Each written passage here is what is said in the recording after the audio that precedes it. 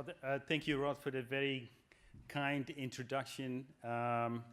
We learned this morning about the role of aspirations and setting targets and being in a position to aim high. I think you did it for us. Now we have to live up to all these aspirations. We'll do our best.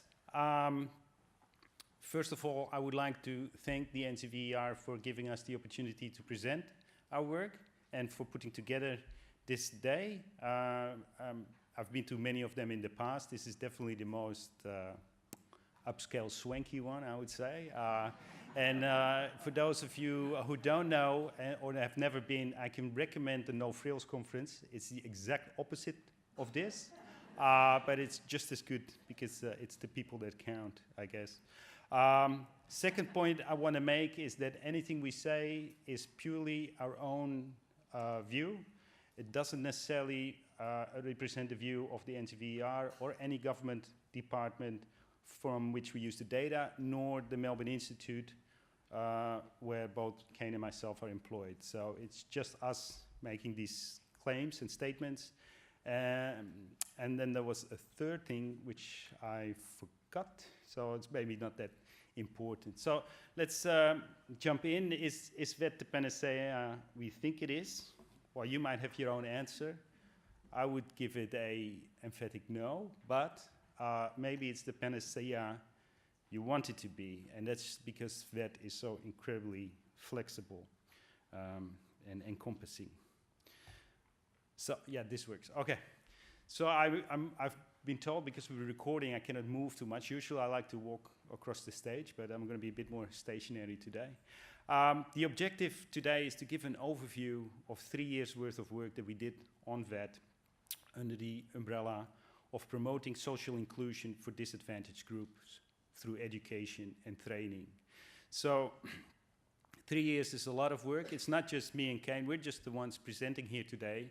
But at the Institute, we have a number of people that have worked under this program. They were so stressed out that they had to leave Australia. One went back to Ireland, another one fled to Switzerland, yes, of all places. But they're here in spirit, and we do our best to represent their work. We're going to present key findings from about 7 distinct research projects. We won't have time to go into all 7 of those. Obviously, we're picking a few that we think are the most interesting. All 7 of them, though, are available through the NCVER portal. So I encourage you to chase that up if you see something that you particularly are interested in.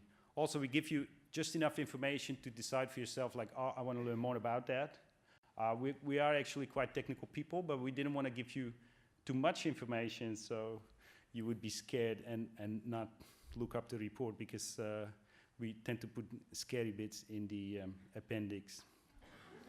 And then after Cain has discussed his results, I'll come back, or maybe, yeah, I think I'll come back and give a slide with some big picture messages that we picked up on doing all this work. And then we have a Q&A style debate. That's going to be a very small panel. It's just Cain and myself, not to be confused with the eminent panel that's going to be seated here afterwards. And we also don't have Tony Jones here. But I just want to point out we have a synthesis report in the making that will do a similar thing as we're doing today. But today we're going by projects because we're splitting the presentation. The report will be arranged around themes, so labor market outcomes, course completion, etc. So it's a different style, but essentially summarizing the results of 3 years of work as well. So I wanted to make a preamble on disadvantage. We use the word disadvantage a lot, and disadvantaged students or disadvantaged individuals. I like to think of it not as an individual attribute, right? So this is, you just share an attribute with a group, and historically and statistically, this group has shown to have worse outcomes. And that's where the disadvantage comes from, okay? So I don't want you to think of, oh, you know, I'm disadvantaged. No, you share a characteristic with a group that's shown to have worse outcomes. So, you know, if you're an older worker re-entering the workforce and I label you disadvantaged, you might just want to come up and punch me in the face. That's not an encouragement though, but so think of it, disadvantage, please, in that way, okay? So the projects that we did was one called Educating Oneself Out of Social Exclusion. I put two more up here that we won't be touching on at all, but one was studying beyond age 25. So studies on mature age are always very interesting because sometimes mature age is defined as being 40 and over. And then you have a room full of people, typically academics, and they're all over 50, so it's a bit weird if you've been talking about mature age in that sense. But this is for individuals 25 and over who studies and what do they gain.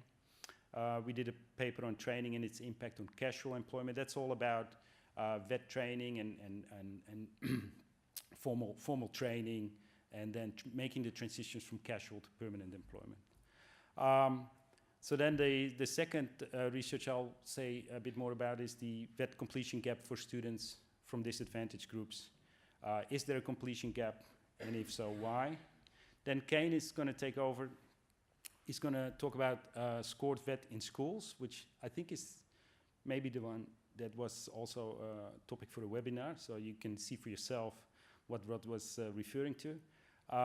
Early impacts of the Victorian Training Guarantee on enrollments. And we may say a little bit about Learn or Earn. This is the last project we work on, so it's not completed yet. And we're still grappling with some things, and it's just very fresh, so I'm not sure how much Cain will be able to say about it.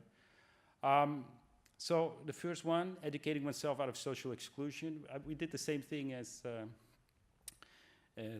Alicia this morning. We went online and looked for pictures to break the slides, and this was what came up when you type in inclusion or social inclusion. So the first question you have to answer is how you're going to measure it, right? Because it's a concept you can easily talk about. You intuitively feel, yeah, I know what you mean, social inclusion. But if you want to measure it, which is what we do because we're quantitative people, it becomes difficult. So fortunately, there's the Brotherhood of St. Lawrence and Melbourne Institute Social Exclusion Monitor. That was developed as a response to the work by Amartya Sen, the Nobel Prize winner, who has an approach of capabilities. And this was this notion that if you just look at income poverty, that's just not good enough, right? It's much broader than that. So you need a measure that incorporates many more domains. And this was a group of researchers and social workers and a whole bunch of other experts that came together to develop this new measure. It also included people from Treasury, for instance. So it's multidimensional. It has 7 domains, education being one of them. There's health, income or material resources, employment, your neighborhood, your social networks, and your personal safety. So there's 7.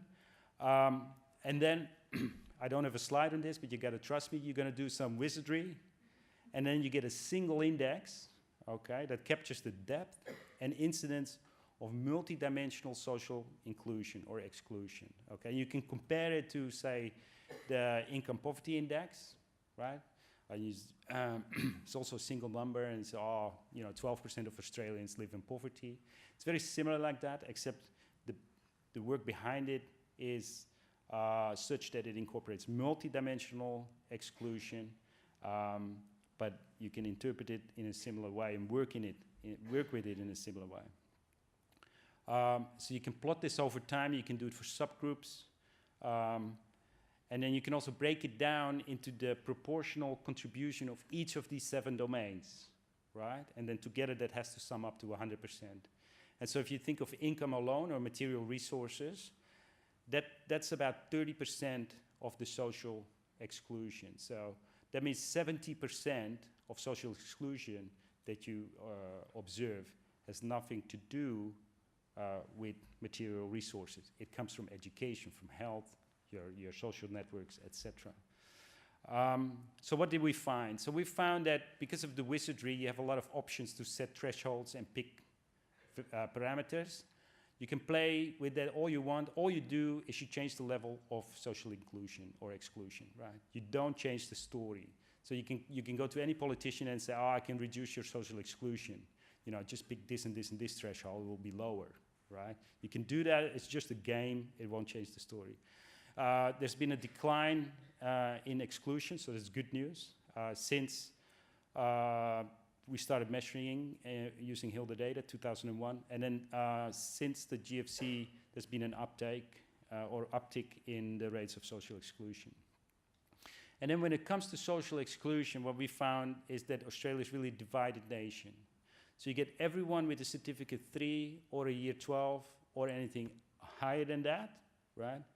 Versus people that do not have a year 12 or only have up to certificate 2. It's quite striking. I'll show that here. This is one of the graphs. So the gray bar in the middle, that's hovering about 8%. That's the social exclusion rate for Australia as a whole. And then underneath, when you go down, you go up in education, right? So your social exclusion rates become lower the more educated you are, and you would expect that. You see that year 12 completion and certificate 3 or 4, they even overlap. You don't see any difference there. But the dotted line all the way up top, that's the social exclusion rate for the people with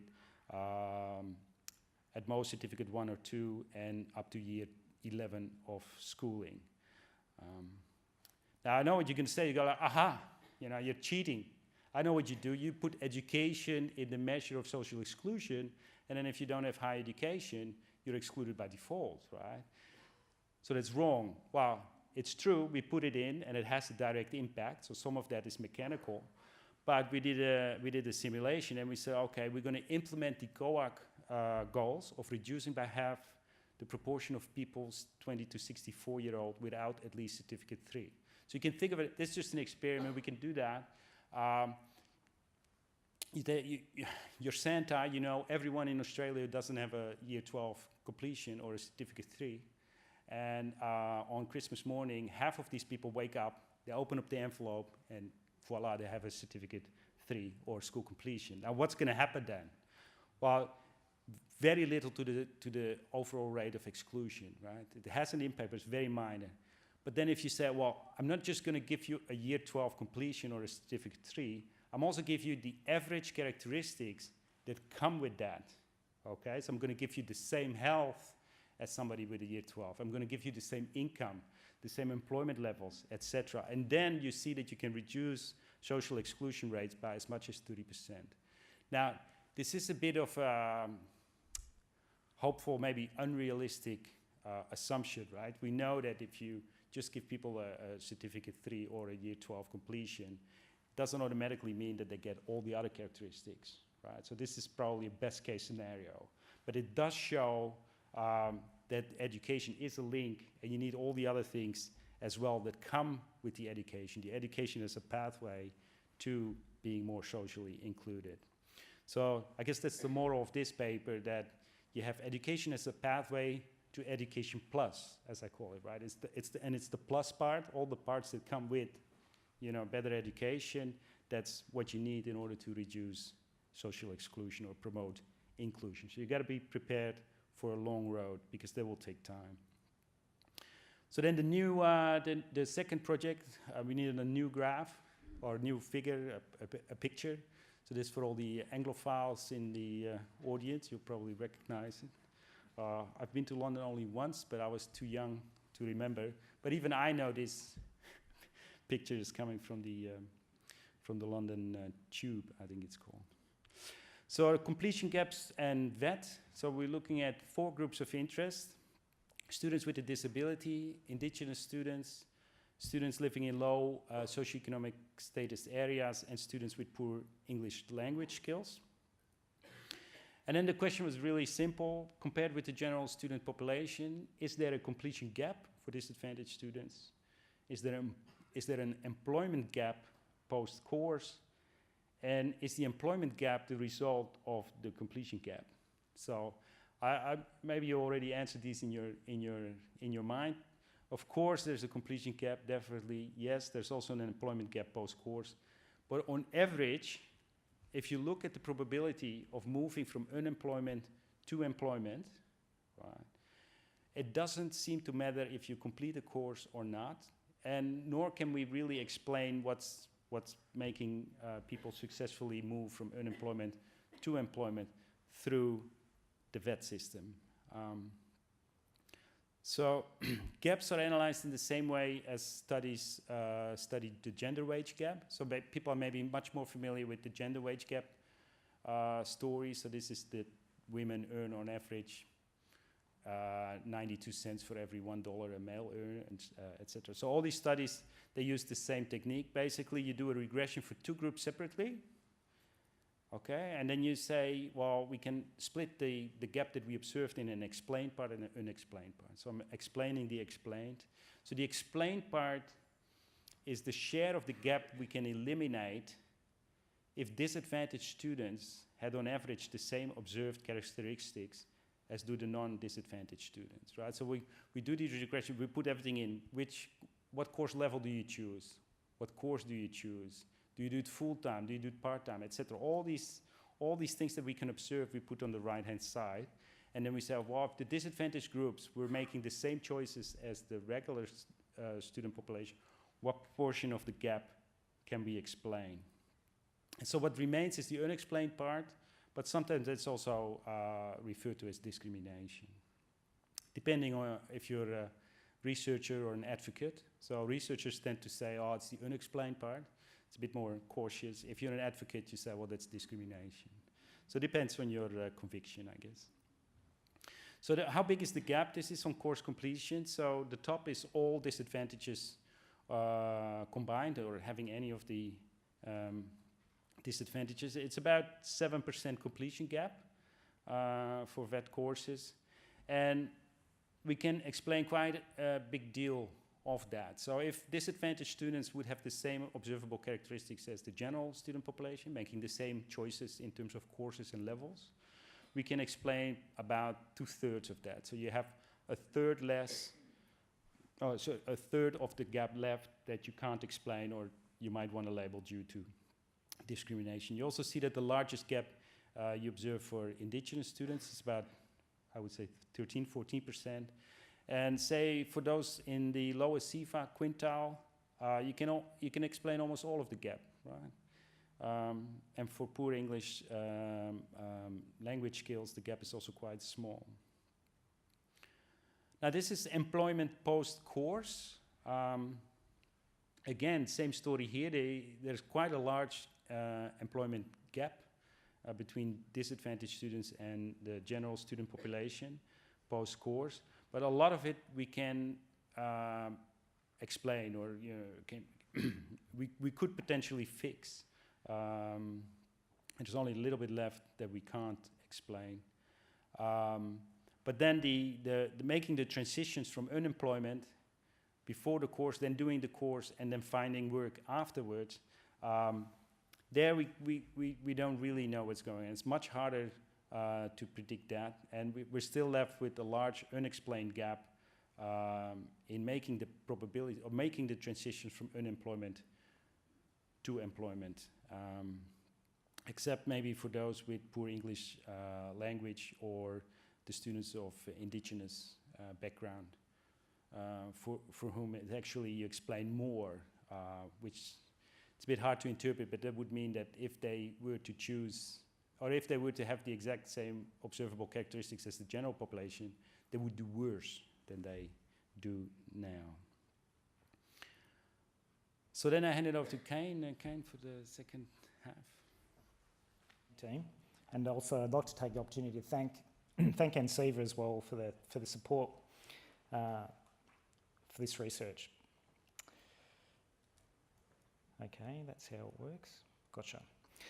Okay, so I'm going to talk about 3 policy evaluations that we undertook at the Melbourne Institute, but I'll really put most of the emphasis on 2 of those. One is the impact of the Victorian VET reforms. Actually, I should say it's really the first part of the Victorian VET reforms, which is the VTG.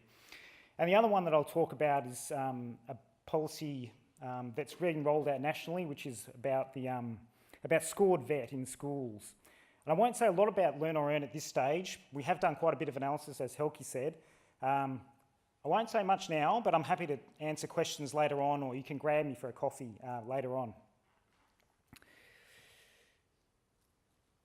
So as I say, these are all at various stages of publication. None of these are readily available yet, but I'm told that they're soon to be released.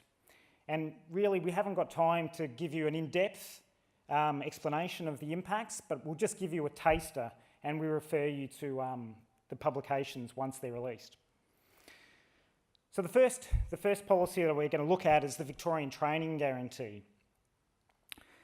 So it was introduced in June 2009 in Victoria, and it's part of a set of national reforms that were aimed at making VET more responsive to skill demands.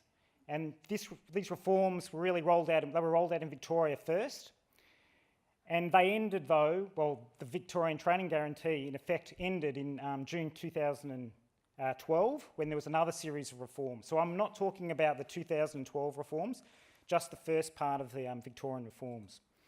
So what it meant for Victoria was in fact an uncapping of publicly subsidised places in VET.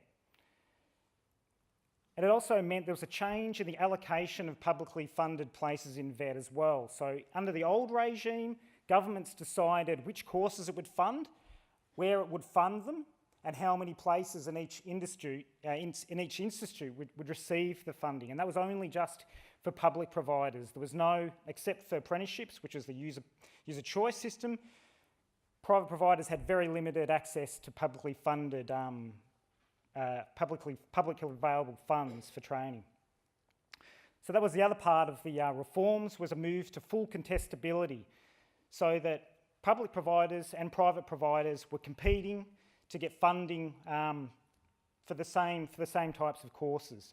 And really the funding just followed student choice. So in effect, this is a voucher scheme where the money followed students' decisions.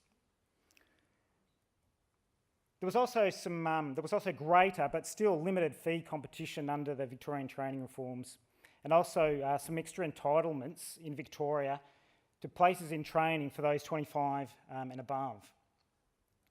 But I'm only going to talk about results. So that we have estimated results for older cohorts, I'll just stick to results for the 15 to 19 category.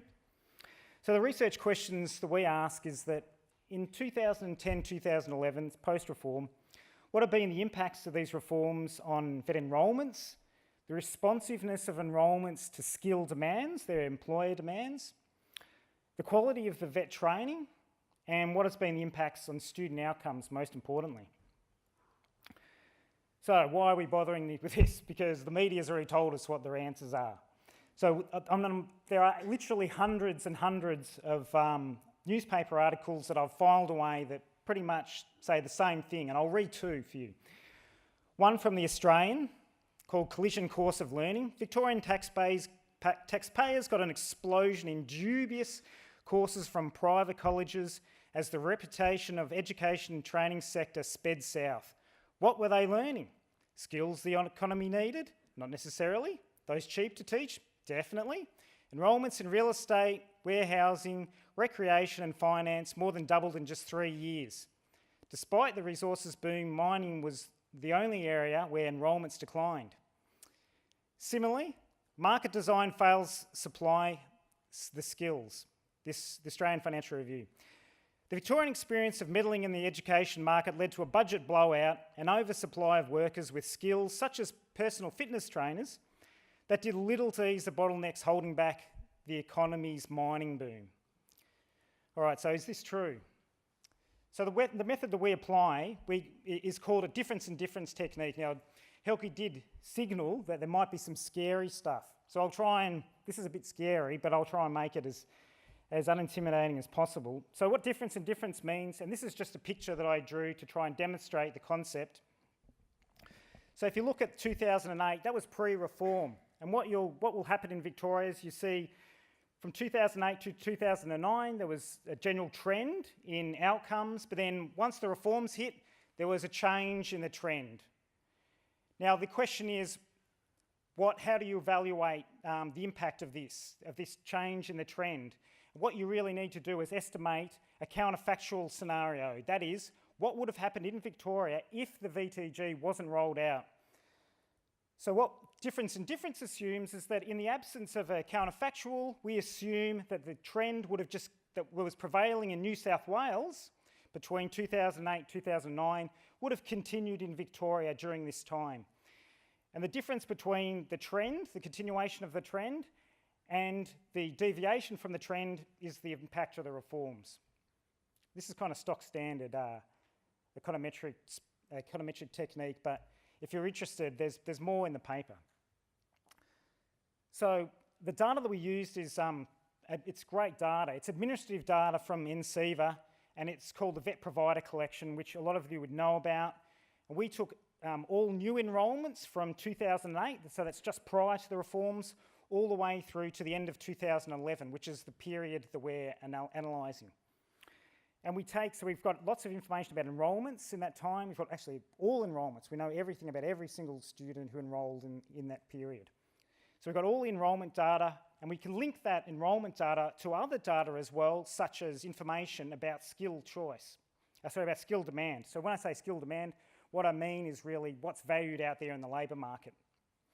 And so we've got two sources of information on skill demand. One is the national skill shortage information and the state skill shortage information, but we think these are a little bit dodgy. And the reason why we think they're a little bit of a dodgy measure of skill demand is, one, because they're only a binary measure. So a job is either, or a course is either on the skill shortage list or it is not. It doesn't differentiate between different levels of skill demand. The other reason why we think it's a little bit suspect to use this information to measure skill demand is that they're based on employer interviews, which we don't really know how representative these surveys are of all employers out there. The other thing is that you can't really rely necessarily on employers to tell you how much difficulty they are in finding people to fill their positions. They may have a vested interest to actually overinflate the shortages that they have. So there's good reason to be sceptical about these measures. The measure we think is a better representation of skill demand out there is wages. What graduates get when they actually complete the courses. So in other words, if in all else being equal, in courses where there are high wages for graduates, you can interpret that as employers valuing those skills more highly than for jobs that have where graduates have relatively low wages. And we use to measure that, we use information on graduate wages from the previous year. So that's the information that students have available when they make these choices. And we use the Student Outcomes Survey, which NCVER houses and administers, to measure the skill demand. The other thing that we do is we have information about course completion, but also module completion as well, which comes from the Vet Provider Collection. And we also use Student Outcomes Survey information on outcomes. So let's get into it. What have been the effects of enrolments? These are huge effects. So on average, the impact of the VTG on enrolments has been to increase enrolments by around 27 percentage points. And this has just about all been driven by private provision. There's been very little change in enrolments in public providers during this time. This is all about private providers. But the thing that you should really take notice here is that, those from disadvantaged groups, those with disability, those with from low SES backgrounds, and those from non-English speaking backgrounds, the enrolments haven't increased to the same extent of those from those who don't come from a disadvantaged background. So this means when you open the gates to let more people in, it's the more advantaged people who take advantage of it. Now, this is my favourite graph of all time. It's the best graph I've ever done, and I think you should all be hugely interested in this graph. And what it really shows is the impact of the reforms on demand response. So starting on the left-hand side, so what we see for public providers, so when I say public providers, I mean TAFEs and universities, there has been around about a 6 percentage point increase in the proportion of enrolments that are on the national skill shortage list. So this tends to suggest an increase in demand responsiveness. And why has this happened? So basically what's happened here is that public providers, they tend to specialise in the areas where they have a competitive advantage, and that is in areas where has been persistent and long-running skilled shortages. So they have a competitive advantage in these areas because governments have had a long history of supporting funding in this area. They've developed the infrastructure, they've developed the personnel, they have an advantage in this sector. But where they lose out though is in areas outside of the skills shortage list areas. So they're losing market share in stuff like personal training, business courses that are relatively cheap to run, and they're losing out to private providers, and that's what you see here. You see this big reduction in the proportion of enrolments for private providers that are on national skills shortage lists. The same story applies if you look at the state skills shortage list, same trends. Now the question is, what does this mean? What do these downward trends mean? Is it really true that these represent a bad use of resources and this is just a waste? The dubious courses, as the media says. Well, when you look at when you use information on wages, what you see is that in fact, these courses that private providers are providing or offering, yes, they're not on skilled shortage areas, but no, they are not dubious courses. They actually have returns. They have high respected returns than under the old regime. So if you use wages as a measure of skill demand, you'd have to say that the private providers, while not providing stuff that's on the national skills shortage list, they're providing stuff that has good outcomes for students. And the other thing to take away from this is that students overall, regardless of how you measure skill demand, they're making good choices. So what's been the effect on quality? Quality is really difficult to measure, and the best that we can come up with is using two different measures of completion. One is module completion, so that's like subject completion. The other measure is course completion as well. And what you see here is that there has been an improvement in both, whether you use a module completion or a course completion, there has been an improvement. The reforms have improved course completion. But it's being driven all by the response to contestability from private providers in the public sector. So public providers are getting a higher proportion of their kids through these courses. And this we interpret as being the effect of contestability. I should also point out that this is controlling with a whole lot of other factors. And there really hasn't been any statistically significant effect on completion rates for private providers. What are the effects on outcomes? So I should say the outcomes are a little bit difficult to measure at this time because when we did this analysis, we had a limited time frame in which to observe outcomes. So that suggests that there is a lot of uncertainty still in our estimates about what the outcomes have been. But by and large, we do estimate positive effects for employment, the chance of finding full-time employment, ongoing employment, attaining a higher job, and also there's been an increase in satisfaction with training. Not all of these are statistically significant, and that's mainly because we've only got limited data at this time, but as more data comes through, we're hoping to update this. So implications, so increasing access is not the panacea for improving participation for disadvantaged students. Given greater opportunities, on average, young people do make good course choices, which is contradictory to what a lot of people think and what the media says. And the other thing that I think I want to say about this is that this, I think, calls into question the 2012 reforms that have occurred in Victoria. So what Victoria did in 2012 is that they decided that to try and make enrolments more responsive to what they perceive as being skill demands, they tweaked the subsidies. And they tweaked the subsidies in such a way to try and herd more people or more young people back into courses where they perceive the skill shortage areas to be. And so in effect, they're winding back some of the benefits from these reforms. I'm happy to talk about this more later. It also means that increased contestability of funding on all accounts appears to actually have increased the quality of training. And we do also, as I say, we've found that there do seem to be positive outcomes for students. So, let me take a drink. So that was number one. So this is my second. This is the second report, which is on scored VET. Now let me say that scored VET is VET in schools, and the scored VET in schools is only a small proportion of all VET in schools. So keep that in mind when I talk about VET in schools. We're only talking about a small proportion of overall VET in schools programs.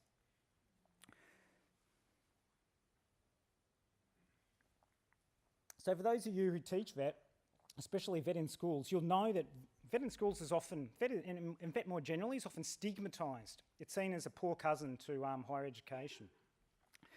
And one of the ways that government has tried to address this is to introduce into the upper school curriculum scored vet subjects that count both towards a national qualification, but also count towards an ATAR score. Now this is really cool, and I think this is a really cool this is a really cool idea because it gives students the flexibility to go and pursue potential vocational paths without necessarily compromising their chances to go to university. Now the model does vary by states, but in this report we just looked at the impacts of the Victorian model, which is called VCE Vet. So these results don't necessarily apply to everywhere, but they're just for Victoria, so keep that in mind. So the key research question is what is the relationship between taking a VCE Vet subject and university access? Is it true that taking these courses do keep open the opportunity to go to university? So the method that we use is, in doing this, is propensity score matching. Now, the reason why we need to do propensity score matching is because people who take VCE Vet subjects, they're very different to the general population of kids in upper secondary school. And you can't just compare their outcomes. You have to control for the differences in characteristics between these two groups. And this is what propensity score matching attempts to do. And the way that it does it is it basically takes those who do VCE Vet subjects and it chooses amongst those who don't do any VCE Vet subjects, individuals who have exactly the same characteristics. So it takes two groups, one do VCE Vet, one don't do VCE Vet. They both have the same NAPLAN scores, they both go to the same types of schools, they have the same aspirations in terms of university study. They're in all intents and purposes, same students, one does vet, one doesn't do vet, and then we compare their outcomes to measure the impacts of doing vet in schools. VCE Vet, I should say. We have absolutely fantastic data, and I'm really kind of embarrassed when I talk about this with my colleagues. And again, a big thanks to all of these agencies who provided us with the data, including the Department of Education, Early Childhood Development, the Victorian Curriculum Assessment Authority, and also I've had a dyslexic moment there. That's not VCAT, that's VTAC, Victorian Tertiary Admission Centre. And so they've given us data on NAPLAN scores in Year 9, so we know their academic ability or past academic performance. We've got information about university offers. We know prior to sitting their exam which students did and didn't apply to university, and also which courses they applied for. We've got information about the study scores, and these study scores are what's used to generate an ATAR score, which gets them access to university. And we also have information about their preferences. Sorry, I should say that we also have information about the university offers, which is basically, it's a self-reported question about whether, from an on-track survey, about whether or not students actually attained an offer from university. So university access, we use a number of measures here. First of all, we look at the impacts of taking a VCE Vet subject on their study scores, which underpins ATAR. We also try and predict what any gap in ATAR means for the chances of getting an offer, and we also use the self-reported offers as well. So I've already talked about some of the controls we have, but the other thing to keep in mind is this analysis only looks at students who apply to go to university. And we identify those students who apply to go to university by looking at their preferences prior to sitting an exam. So all students who put in a university preference as their first preference, we assume that they're the ones that want to go to university. So all right, let's have a look at the outcomes. So on the left, these are just the raw scores. And these are misleading, and I'm just putting them in there just to demonstrate that the huge difference in study scores between the vet students and the students who don't take any VCE Vet. So there's a 17-point difference there. That's big. So you can't do this. You can't just compare them. You have to control for the differences. So when we look at the outcomes for the kids who do VCE Vet subjects compared to the ones who are matched, who have the same characteristics but didn't do VCE Vet, you still see a gap of around 6 points. So this is the study score for VCE Vet students. This is the study score for the statistically equivalent students who don't do any VCE vet. So this is the effect of taking a VCE vet score. We estimate to be about a 6-point difference in study scores. So why is this? I think this graph tries to explain why students who take VCE vet subjects don't tend to do as well as those who don't take VCE vet subjects. And it's really because students, and I should say what these are first, these represent the contribution, the average contribution to a study score. Now they're not the average study scores, because these take into account both the study score that students get, but also the weighting. So in Victoria, subjects that are the 5th and 6th scores, high scores, they're only weighted 10%, and all of the others are weighted 100%. So this takes into account both the average score in the subject and also the weighting. And what you see is the contribution of VCE vet subjects is a lot lower. So this light blue represents the difference in the light blue bars basically reflects the difference in the contribution that VCE vet subjects make compared to other subjects that VCE vet students, to other subjects that VCE vet students take. So basically what you see is that, this is because VCE vet students just don't get very high scores compared to their other subjects. So why is this? Why are the kids who choose VCE vet subjects not doing so well in this subject? I can't put my hand on my heart and say I know 100% why, but all of the evidence that we've looked at tends to suggest that this is to do with the scaling of these subjects. So the way that the scaling works, and the reason why we scale subjects in Victoria and elsewhere is to try and put all subjects on equal footing, so no one gets an advantage or disadvantage based on the combination of courses that they take. So in courses where there's a lot of competition amongst students, they're like physics, for instance, what you see is that students who take these subjects, like physics, they do relatively poorly in their physics score. They can do relatively poorly against their physics score against all of the other scores that physics students take. So this kind of suggests that physics is difficult, so it's scaled up. For VCE vet subjects, it's the opposite. The kids who take VCE vet subjects, they do really well in their VCE vet subject, but they do really poorly in all their other subjects, and as a result, the VCE vet subjects are scaled down. Now this doesn't seem to be such a big deal until when I tell you that the reason why the VCE vet subjects are scaled down by such a degree is because in vet subjects, there's a very high proportion of kids who take these subjects who don't apply to university. It's around half, and that's way below any other general course. And so why that creates a problem for the VCE vet subjects is that you've got about half of the kids that take these courses don't apply to go to university, and they have an incentive, though, to specialise their effort in this subject. So they specialise their effort in VCE vet subjects to attain a national qualification, and because they've specialised their effort, it kind of drags down or increases the scaling and drags down the results of the kids who apply to go to university. So I think this is kind of like a remainder of the old system where basically all subjects that students did to get into university were very much academic subjects. But when you introduce a subject like VCE Vet, where there's a high proportion of kids who don't go to university, and there's a clear incentive for those who don't want to specialise, then the kids who apply to go to university, do VCE Vet, are disadvantaged. So what does this mean for actual access to university?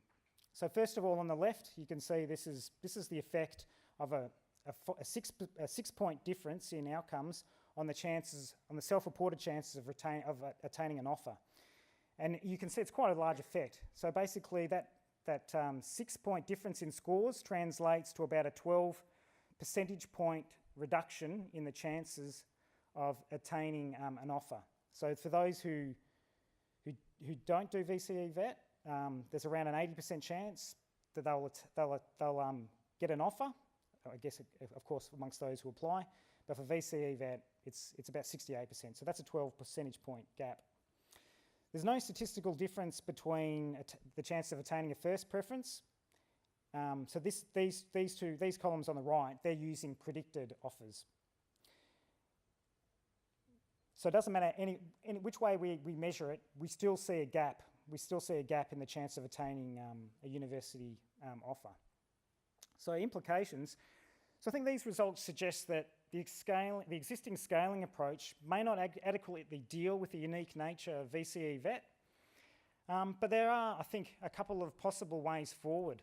And one is to adopt the New South Wales model of VCE VET. So the difference between Victoria and New South Wales, in Victoria, basically all students who enrol in VCE VET subjects, not all students, but you can opt out. But most people who enrol in VCE VET subjects do attain a score. So they do tend to go and sit an exam and attain a score. Whereas in New South Wales, it's the other way around. Students have to opt in. If they want a score that's going to get them into university, then they have to opt in to sit an exam. So perhaps this is one way of dealing with it.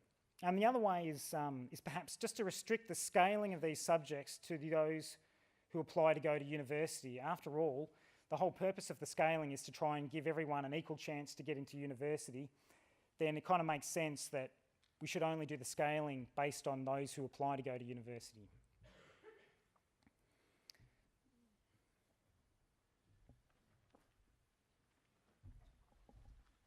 Okay, thank you, Cain. Now I'll have one more slide on overarching lessons. Could have put up the Westgate Bridge, but it's not as pretty. And I say that as someone who prefers Melbourne over Sydney. But this was another one that came up in the Google image search. There's a great stand-up comedy routine I once saw, was by an American comedian, and he was commenting on the fact that a lot of objects or famous landmarks in Australia have literal meaning. So, you know, you build a bridge across the harbour. What do we call it? Harbour Bridge. Snowy mountains, and then it went on and on. It was a whole list, so it was quite funny. So what did we learn? So I just want to clarify that one point that Cain made, that, you know, that's not the panacea to increase enrollment of disadvantaged students. It does increase enrollment of disadvantaged students, though, but it also increases access for all other students, right? So what does that mean? It means that it can be very expensive. I'm sure that people who have to do budgets at various state treasury departments know that firsthand. It also means that even though we might be helping all students, including disadvantaged students, it's not necessarily narrowing a gap, or it's not necessarily reducing inequality between disadvantaged students and non-disadvantaged students. So we have a little bit of the debate as well going on income inequality. You know, income inequality, some say, is increasing. That may be true, but it's also, we're also getting all richer. So how do you interpret that? I guess it's choice. I also want to make the point that when money is limited, which it is, of course, and you have to focus your time and energy and your money, where would you spend it? You wanna make sure people move up the first sport of the ladder, right? You want to bring them up. You want to bring the bottom up to the middle, right? So you want to get kids stay in school, complete year 12. If that takes VET in school, I heard at the other session a person commented that for some students, year 11 is basically now VET, but they're doing it in school. I think that's a good thing. That's what you want to do. It's great if more people go to university, and I that's why I put waste in scare quotes. But you're not going to get as big a bang from a society point of view. So in that sense, if you have to focus your effort and your money, focus it on the lower end of the scale. So articulation is important, but at the bottom. In terms of what matters for outcomes, and this is based on a number of projects that we did over the years. So we always try to explain things and how can we describe it best using our models. You always come to this point where you realize that you can only do so much, right? So at one point, there's still a large portion of things you either cannot explain, or you have good indication that it's due to people's individual choices, or are they applying themselves? What are the individual contributions to success. Now, if you're very cynical, you can interpret this as blaming the victim, which is not something I want to do. But I do want to make the point that you got to be realistic. That you can do something in a form of public policy or a policy maker or a government, but you work with people, and it also has to come from people themselves. And then finally, the final point, maybe in relation to a vet in schools, scored vet, is vet is always asked to do many things, and so it has many objectives, and sometimes these objectives are in competition with each other, right? So you want to raise A, but A affects C or B, and then maybe by focusing on A and you want to raise A, the goal is to raise A. What is our KPI? How much should we raise A? You actually end up, hurting your other objectives. So I guess this is a plea that if you are too narrow focused, you may run into unintended consequences. So you got to be prepared to think about all the objectives that vet's supposed to meet. So I think that's it. Thank you. This is not needed, I would say. This would be slides in case people had very detailed questions, but they might come from the floor. So maybe keep it open.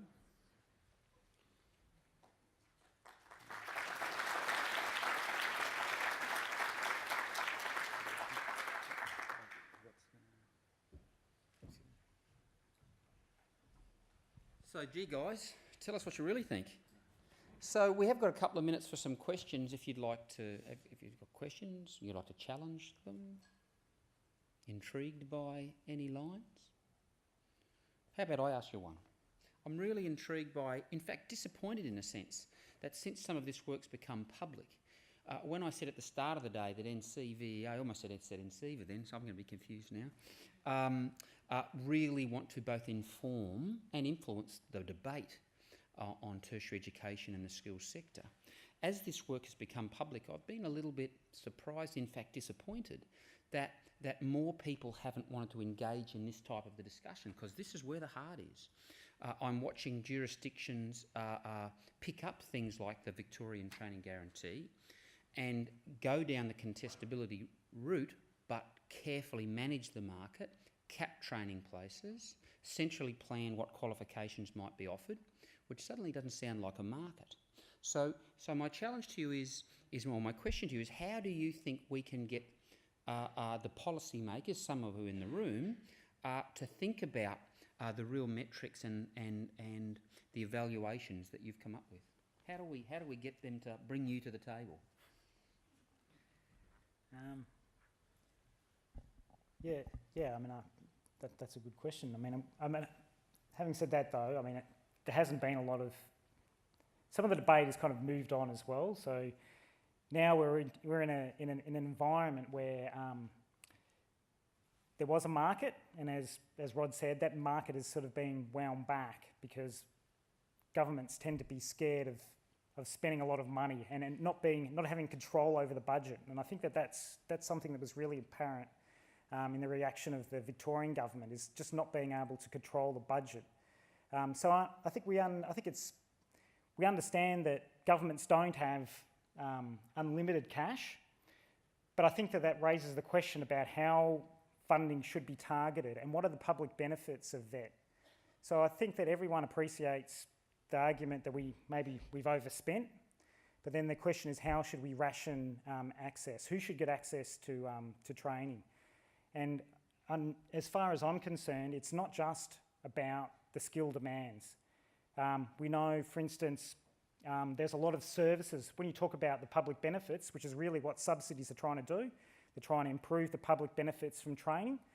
And to be effective, they need to actually stimulate enrolments. So no offering an entitlement if it doesn't actually make any difference to enrolments. And I'm not sure whether enrolments are that sensitive to subsidies first, and second, it's not really clear to me what the public benefits are as well. So just because we've got extra people training in apprenticeships, for instance, where there clearly are good very high private returns, I'm not really sure what the public benefits are from that.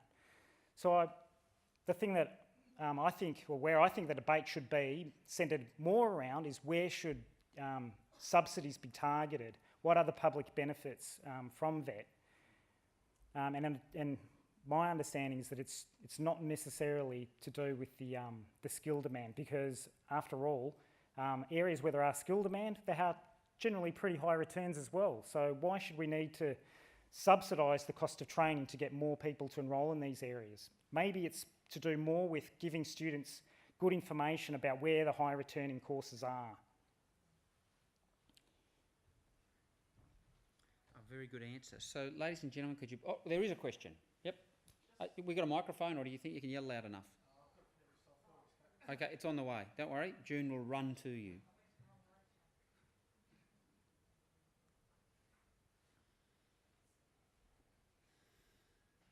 Just in this question of value and VET subjects and the chances of the students going to university, in terms of I guess the value proposition, have we got any evidence of the value of the VET in school subjects for those students going to university, or is the whole thing for that group a waste of this argument, I guess? Well, to answer your question, there's no direct evidence that studying VET in schools actually improves your performance at university or even improves your labour market outcomes if you go to university. Those questions haven't been answered, but there is a lot of evidence to suggest that if you combine, and this is not from Australia, this is from the US, there is evidence in the US that shows that if you combine general education with vocational education, then the outcomes are both better than just vocational education or just general education. So I think there is something to be said for combining both vocationally orientated training and also general education as well. So I don't know the answer in Australia, but I suspect that there are positive outcomes. Look, ladies and gentlemen, we'll have to move on, but if I can ask those who had hands in the air, both Cain and Hielke have indicated they're happy to receive questions after the next session. So thank you very much.